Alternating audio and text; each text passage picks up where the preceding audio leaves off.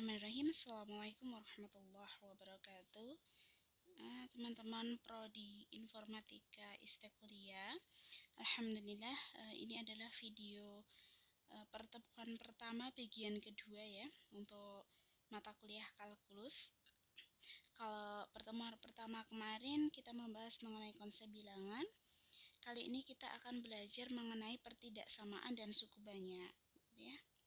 Masih ingat ya, kemarin mencari faktor-faktor dari ini namanya pertidaksamaan.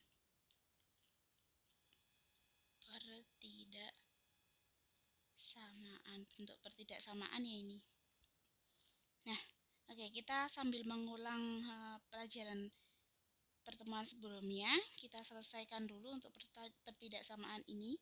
Ini ada 4x min 7 kurang dari 3x plus 5, jadi 4x, 3x nya pindah ke ruas kiri, jadi min 3x, kurang dari, gitu kan, 5, min 7 nya pindah ke ruas kanan, jadi plus 7, ini jadi x, ini jadi 12, jadi pertidaksamaannya adalah 12 dan tak hingga, gitu.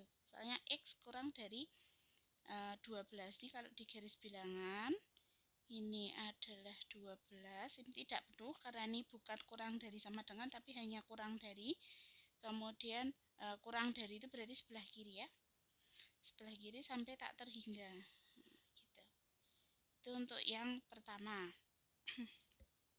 Kemudian untuk yang kedua ini ada ini dibagi menjadi dua terlebih dahulu. Dua persamaan, yang pertama adalah 2x plus 6 kurang dari sama dengan 5x min 3. Kemudian yang kedua ini ada 5x min 3 lebih dari 2x min 9. Ini jadi 2x min 5x kurang dari min 3 min 6 kan gitu. Jadi ini min 3x kurang dari sama dengan min 9. X kurang dari min 9 dibagi min 3. X kurang dari sama dengan berapa? Min dibagi min plus ya, 3. Kemudian yang ini 5x min 2x, kemudian min 9, min 3 ke ruas kanan jadi positif 3. Kemudian ini 3x lebih dari min 6 kan gitu. X itu lebih dari min 6 dibagi 3. X lebih dari 2. Nah, jadi pertidaksamaannya adalah 2 dan 3, di mana garis bilangannya di sini kalau ini ada 2, ini ada 3, yang ini penuh ya. Penuh seperti ini karena kurang dari sama dengan lebih dari 2 berarti ke sana, yang ini kurang dari 3 berarti ke sini. Nah, ini adalah area penyelesaian pertidaksamaan dari ini, pertidaksamaan ini.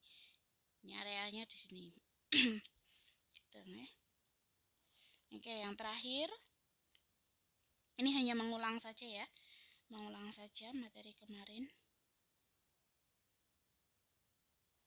Yang terakhir itu ada 2x min 5 dibagi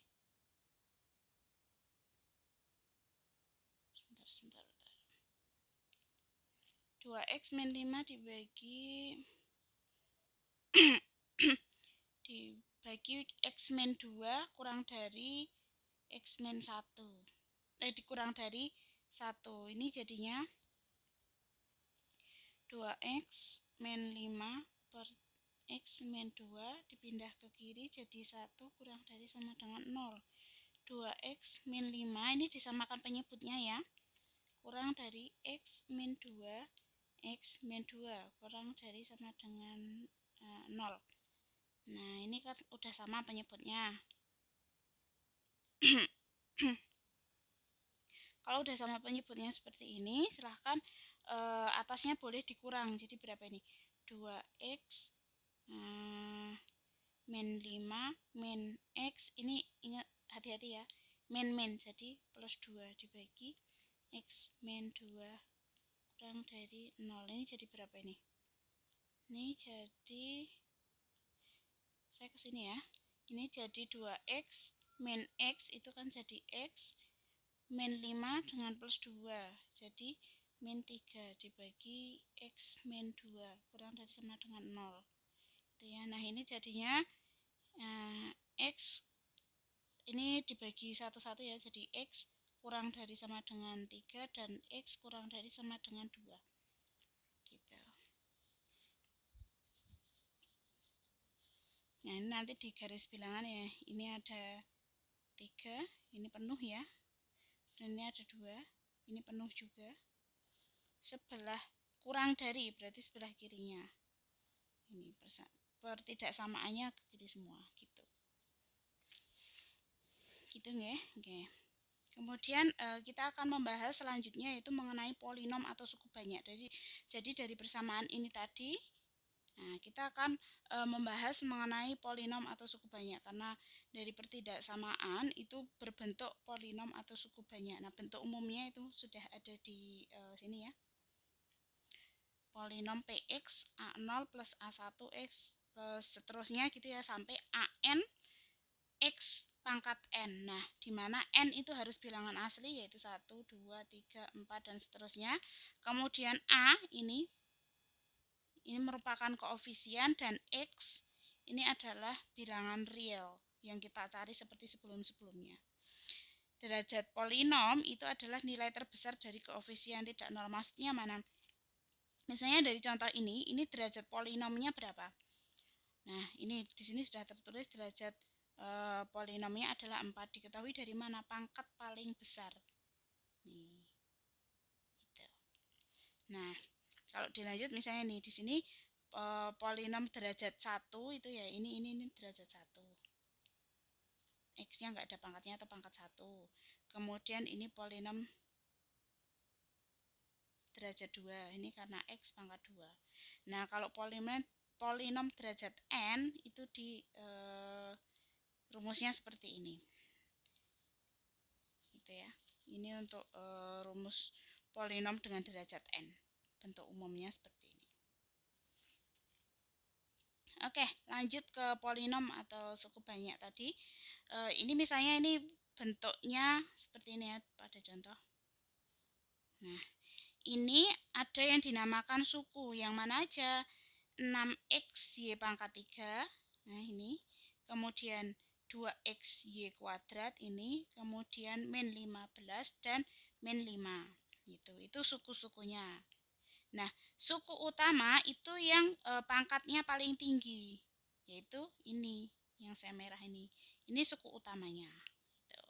Kemudian di situ ada 2 variabel yaitu variabel x dan y, bukan hanya x saja. Kemudian untuk koefisiennya pada persamaan ini itu ada 6 itu maksudnya ini, kemudian 2, kemudian min 15. Ini harusnya x ya. Saya kurang tulis. Ini 15x. Gitu. Nah, kemudian koefisien suku utamanya itu yang berdampingan dengan variabel suku utamanya. Tadi suku utamanya kan ini 6xy pangkat 3, maka koefisien utamanya ya 6x. Tuh, kemudian konstanta itu suku yang berdiri sendiri tanpa variabel. Nah, ini harusnya 5 ini ya, bukan 15. Tapi 5, maaf saya salah. 5 bukan 15. Ini karena berdiri sendiri. Gitu. Oke, sekarang kita tentukan pada contoh ini. Ini sukunya ada apa aja? 8x pangkat 5, 2x pangkat 4, kemudian 5x pangkat 3, x kuadrat, 5x, dan 6. Kan sukunya ada itu. Nah, suku utamanya yang mana? Yang memiliki pangkat tertinggi yaitu 8x pangkat 5. Gitu kan. Kemudian variabelnya ada apa aja? Oh, ternyata hanya ada x. Ini untuk variabelnya.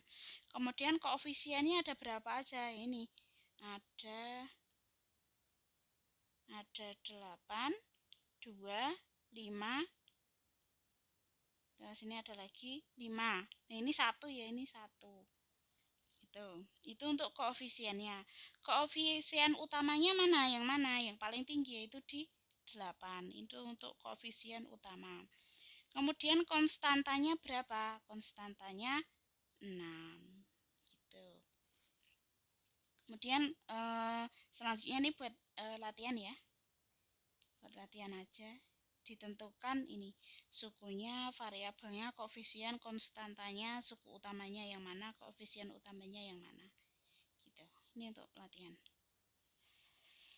Kemudian teman-teman semua, kita tadi kan udah belajar polinom yang ini cukup rumit ini ya, rumusnya, bentuk utamanya.